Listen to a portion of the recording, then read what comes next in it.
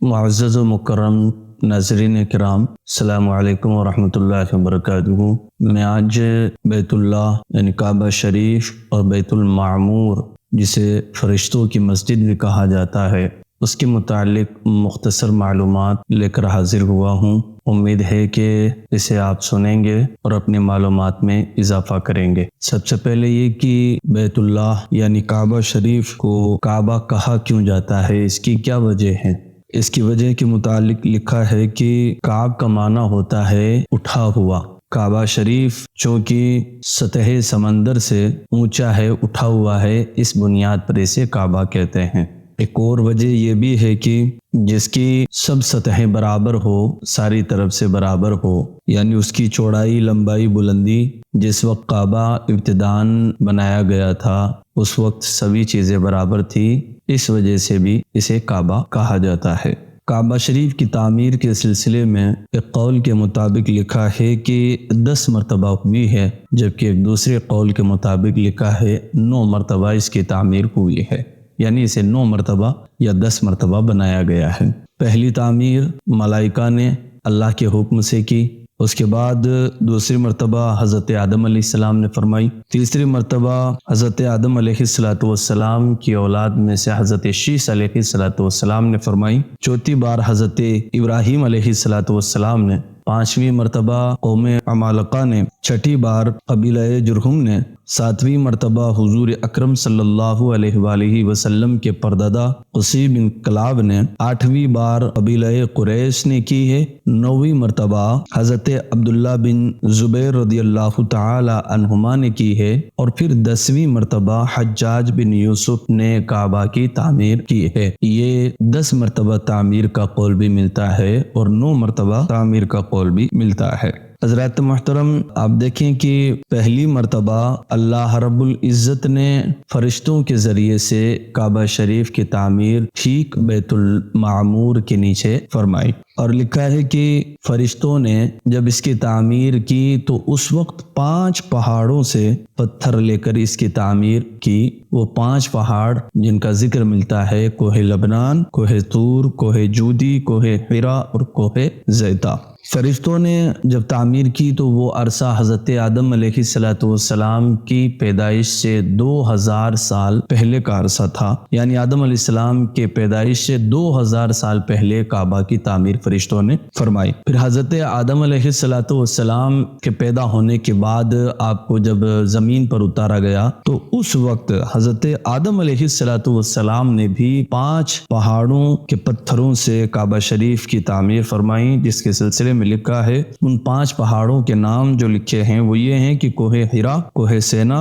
طور زیتا، کوہ لبنان اور کوہ جودی ہے۔ اسی طریقے سے حضرت ابراہیم علیہ السلام کے تعمیر کے وقت 3 پہاڑوں کے پتھر ایک قول کے مطابق لگائے گئے، کوہ ابو قبیس، کوہ حرا اور کوہ ورقان۔ ایک دوسرے قول کے مطابق 5 پہاڑوں کے پتھروں کے ذریعے حضرت ابراہیم علیہ السلام نے اس کی تعمیر فرمائی۔ حضرات محترم، حضرت ابراہیم علیہ السلام نے جب کعبہ شریف کی تعمیر فرمائی تو اس وقت اس کی بلندی 9 ہاتھ تھی اور اس کی چوڑائی رکن اسود سے رکن شامی تک 33 ہاتھ تھی، رکن شامی سے رکن غربی تک 22 ہاتھ اور رکن غربی سے رکن یمانی تک 21 ہاتھ تھی، رکن یمانی سے پھر رکن اسود تک 20 ہاتھ۔ اس کا دروازہ زمین سے ملا ہوا تھا جس میں کواڑ وغیرہ نہ تھے، دروازے 2 تھے، ایک داخل ہونے کا اور ایک نکلنے کا۔ اس طریقے سے حضرت ابراہیم علیہ السلام نے اس کی تعمیر فرمائی، اور ذی القعدہ کی پہلی تاریخ کو آپ نے اس کی شروعات فرمائی، اور اسی مہینے کی 25 تاریخ تک آپ نے کعبہ شریف کی تعمیر کو مکمل فرما دیا تھا۔ حضرات محترم، آپ دیکھیں کہ حرم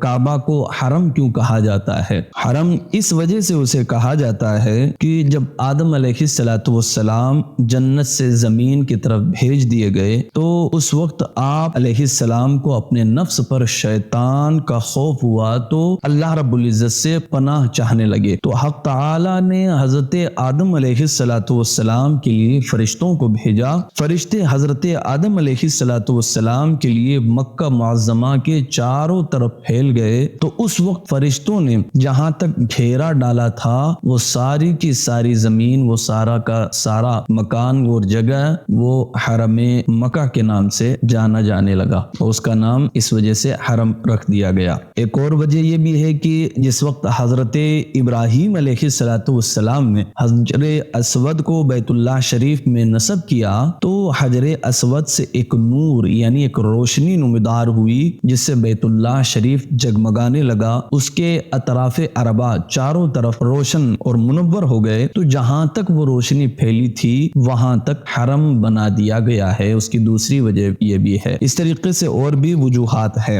حضرات محترم، اسی طریقے سے بیت المعمور کے سلسلے میں کہ بیت المعمور کا مطلب کیا ہوتا ہے، سب سے پہلے تو میں یہ بتا دوں کہ بیت المعمور فرشتوں کی مسجد کو کہا گیا ہے، اور معمور کا مطلب یہ ہوتا ہے کہ آباد، چونکہ یہ مسجد فرشتوں کی زیارت سے ہر وقت آباد رہتی ہے، اسی وجہ سے اسے بیت المعمور کہا جاتا ہے۔ اس سلسلے میں یعنی بیت المعمور کی جگہ کے سلسلے میں کہ یہ کہاں پر ہے، دو قول ملتے ہیں۔ ایک 7ویں آسمان پر خانہ کعبہ کے مقابل میں ہے، یعنی جہاں پر خانہ کعبہ ہے بالکل اسی کے سیدھ میں بیت المعمور ہے۔ لکھا ہے کہ اگر کوئی چیز بیت المعمور سے گرائی جائے تو وہ بیت اللہ پر آ کر گرے۔ دوسرا قول یہ ہے کہ بیت المعمور 4تھے آسمان پر ہے، اور بیت المعمور کے سلسلے میں یہ بھی لکھا ہے کہ جب حضرت آدم علیہ السلام نے بارگاہ الہی میں دعا کی کہ اے میرے رب، میں اپنے آپ کو جانتا ہوں اور میں نے تیرے اس نور کو دیکھا ہے جس کی عبادت کی جاتی ہے، تو اللہ تبارک و تعالی نے بیت المعمور کو زمین پر اتارا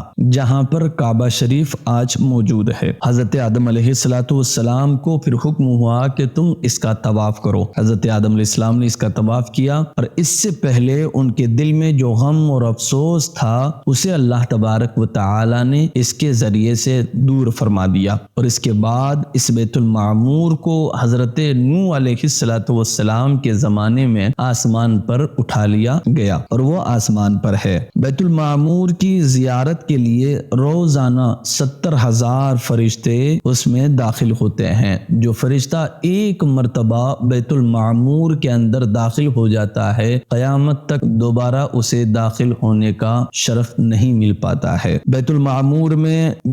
جو سب سے پہلا فرشتہ تھا جو داخل ہوا تھا اس کا نام اسماعیل تھا۔ اللہ تبارک و تعالی ہم سب کو دین کی جانکاری حاصل کرنے کی توفیق عطا فرمائے۔ والسلام علیکم ورحمۃ اللہ وبرکاتہ۔